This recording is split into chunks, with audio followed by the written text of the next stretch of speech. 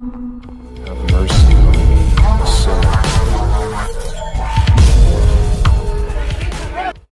अस्सलाम वालेकुम आदाब। I am Fatima Farooq, BDC chairperson block कहरा। मैं फिर से एक नई ज़िंदगी लेके आप तमाम हजरात के सामने चंद गुजारिशात पेश करने आई हूँ।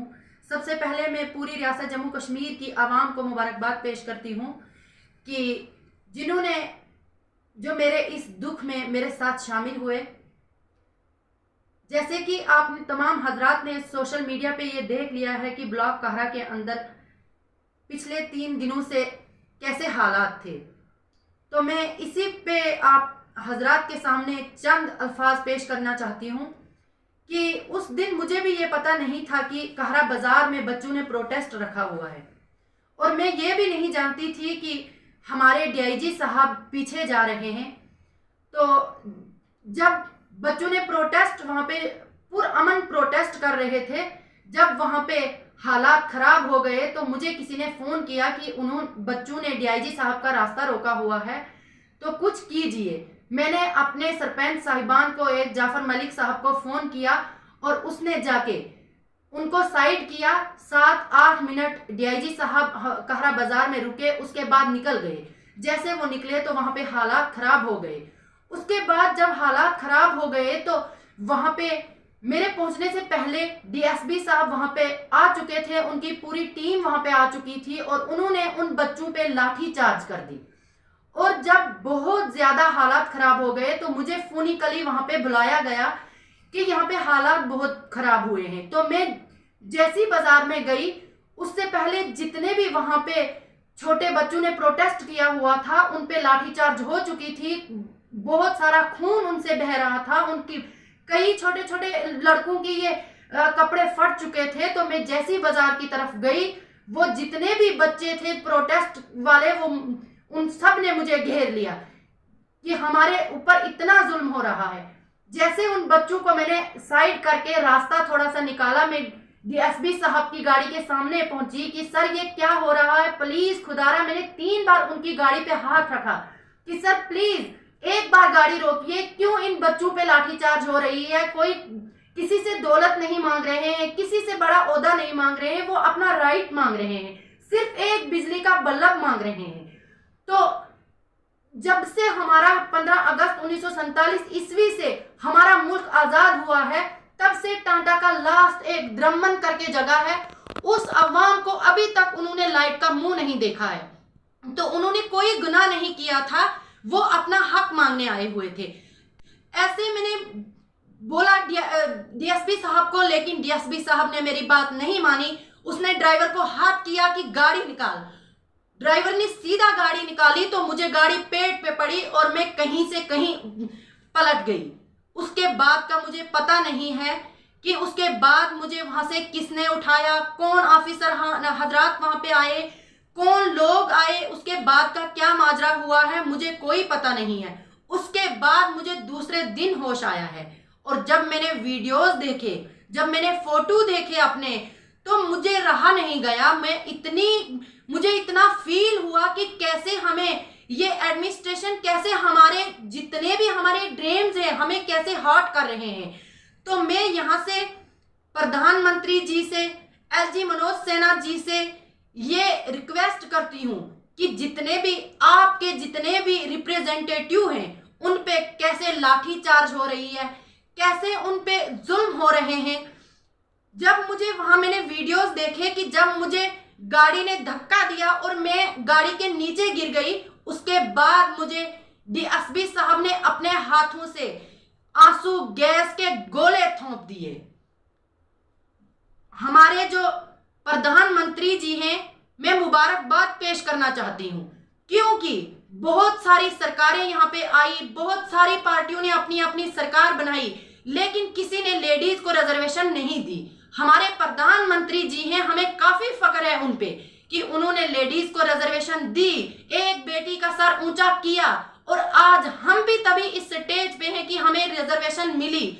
लेकिन मैं प्रधानमंत्री जी से ये कहना चाहती हूँ कि जितना आप पावरफुल लेडी को बनाना चाहते हैं, उतने ही जितनी आपके ये ऑफिसरान हजरात हैं, वो आपकी जितने भी ये रिप्रेजेंटेटिव लेडी हैं, इनको रौंदना चाहते हैं, इनका आबरू लूटना चाहते हैं। मुझे जब वहां पे मैं गिरी थी तो डीएसपी साहब ने मुझे आंसू गैस के इतने गोले फेंके कि उसके बाद कोई भी वहां पे नहीं टिक पाया।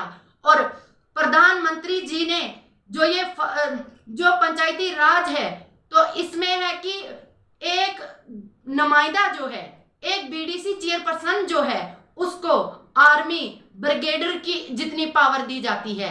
और मैं यहां से ये मैसेज देना चाहती हूं कि आर्मी ब्रिगेडियर जो है वो डीएसपी साहब अपनी गाड़ी से रौंद के नीचे डाल के उसके ऊपर आंसू गैस के गोले फेंक रहा है।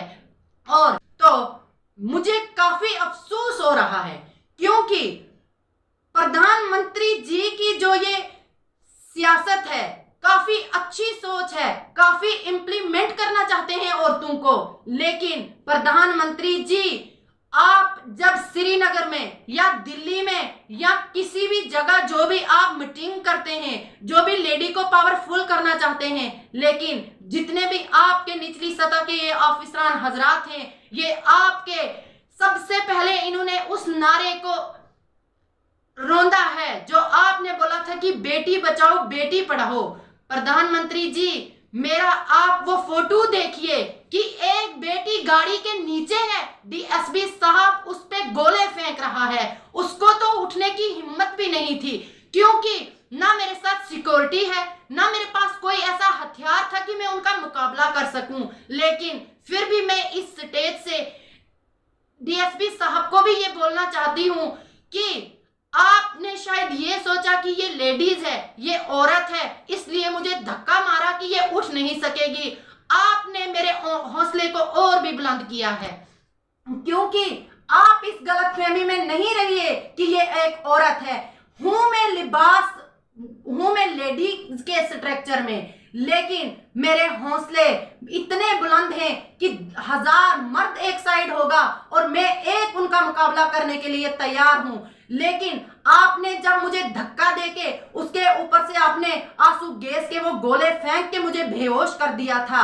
मैं प्रधानमंत्री जी से ये गुजारिश करना चाहती हूं कि जब आप मीटिंग करते हैं, आप अपनी मशीनरी के अंदर देखिए और उन जितने भी ये आपके इस नारे को रौंदना चाहते हैं, आपकी इस सियासत को रौंदना चाहते हैं, तो इस पे कड़ी से कड़ी सजा होनी चाहिए। और मैं जितनी भी मेरी चनाब वैली की या मेरी कॉन्स्टिट्यूंसी की जितनी भी आवाम है, मैं इनको यकीन दिलाना चाहती हूं कि अगर एक फातिमा मर भी जाएगी, लेकिन ये आवाम नहीं मरनी चाहिए। मैं तब तक आपके साथ खड़ी हूं जब तक मेरी सांस में सांस है, क्योंकि अगर वहां पे मैं मर भी जाती, लेकिन जितने भी वो बच्चे थे जिन पे लाठी चार्ज हुआ था, क्योंकि जब मैं वहां पहुंची उन बच्चों पे लाठी चार्ज एकदम उन्होंने बंद कर दिया और मुझे मारने शुरू हो गए। तो मैं तभी कहती हूँ कि मैं उन लोगों को बचा के अपनी जान देने के लिए तैयार हूं जो अपना राइट मांगते हैं, जो अपना हक मांगते हैं। मैं अपनी तमाम काबिले इज्जत, लेकिन मेरे हौसले इतने बुलंद हैं कि 1000 मर्द एक साइड होगा और मैं एक उनका मुकाबला करने के लिए तैयार हूं। लेकिन आपने जब मुझे धक्का देके उसके ऊपर से आपने आंसू गैस के वो गोले फेंक के मुझे बेहोश कर दिया था।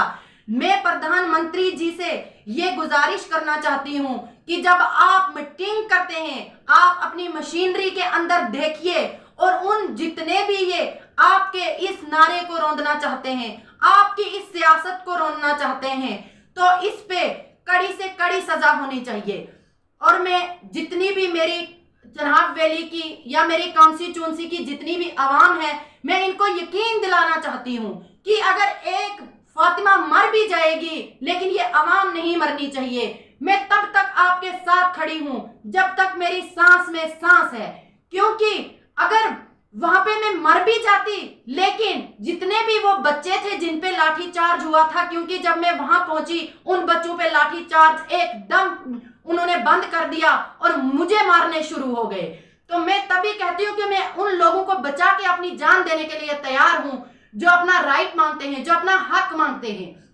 मैं अपनी तमाम काबिले इज्जत जितनी भी जी शूर आवाम है उनका थैंक्स करती हूँ अपनी हौसला अफजाई के लिए।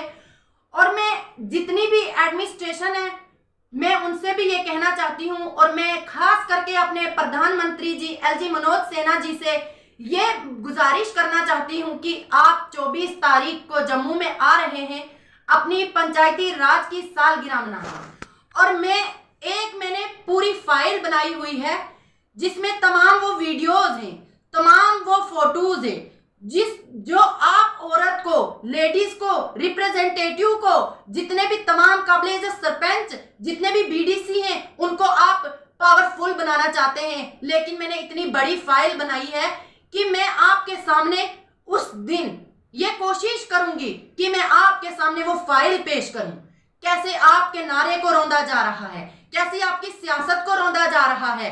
प्रधानमंत्री जी से मैं ये रिक्वेस्ट करती हूं कि मुझे कम से कम 2 मिनट का टाइम दीजिए। जब आपकी वहां पे मीटिंग होगी तो मैं आपसे रूबरू होना चाहती हूं और मैं अपने दुख को आपसे इजहार करना चाहती हूं, क्योंकि जब से ये हिंदुस्तान जब से आजाद हुआ है तब से एक हमारे प्रधानमंत्री जी हैं जिसने लेडी को आगे बढ़ने का मौका दिया। तो मैं आपसे अपना ये दुख शेयर करना चाहती हूं कि कैसे लेडियों को रोंदा जा रहा है, कैसे इनकी आबरू को लूटा जा रहा है। तो मैं जितनी भी मेरी एडमिनिस्ट्रेशन है, मैं आपको भी ये मैसेज देना चाहती हूं कि मैं 24 तारीख को जितने भी मेरे साथी हैं, मैं तमाम साथियों को लेके तो प्रधानमंत्री जी के सामने पेश होने जा रही हूं, और मैंने अपनी फाइल बनाई हुई है।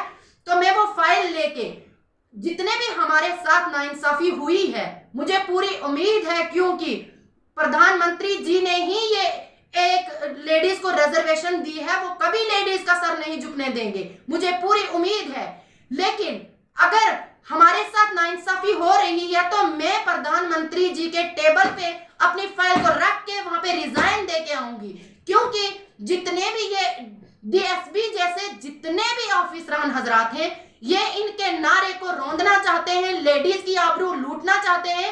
इन्हीं से ये काम लीजिए, हम फिर इस काम करने के काबिल नहीं हैं, क्योंकि हम अपने आप को सेफ नहीं मान रहे हैं। ना हमारे पास कोई सिक्योरिटी थी, ना हमारे पास कोई हथियार था। और लास्ट पे मैं ये बोलना चाहती हूँ कि जितने भी मेरे खानदान के मेंबर हैं, किसी को फोन पे धमकाया जा रहा है, मैं अभी भी अपने आप को सेफ नहीं मान रही हूँ, क्योंकि किसी वक्त भी मेरे साथ कुछ भी ये लोग कर सकते हैं।